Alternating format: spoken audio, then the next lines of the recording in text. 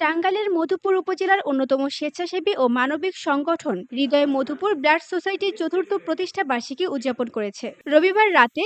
মধুপুর পৌর শহরের হাতেমালি মার্কেটের দ্বিতীয় তলায় অনলাইন সংবাদ মাধ্যম শালবন বার্তা 24.com এর কার্যালয়ে প্রতিষ্ঠা বার্ষিকী উপলক্ষে আলোচনা সভা ও দোয়া মাহফিল অনুষ্ঠিত হয়।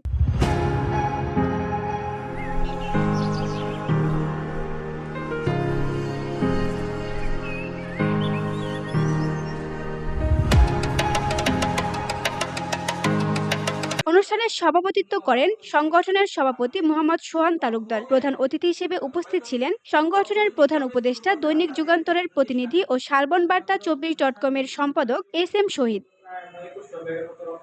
সবাই বক্তারা বলেন, রক্তদানের মতো মহৎ কাজে হৃদয় মধুপুর ব্লাড সোসাইটি বিগত 4 বছরে যে সাহসী ও মানবিক ভূমিকা রেখেছে তা অত্যন্ত প্রশংসনীয়। তরুণদের এমন উদ্যোগ সমাজে ইতিবাচক প্রভাব ফেলছে।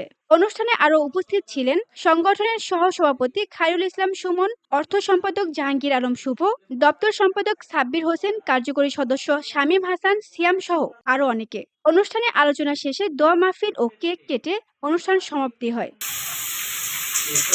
VOD Bangla news desk.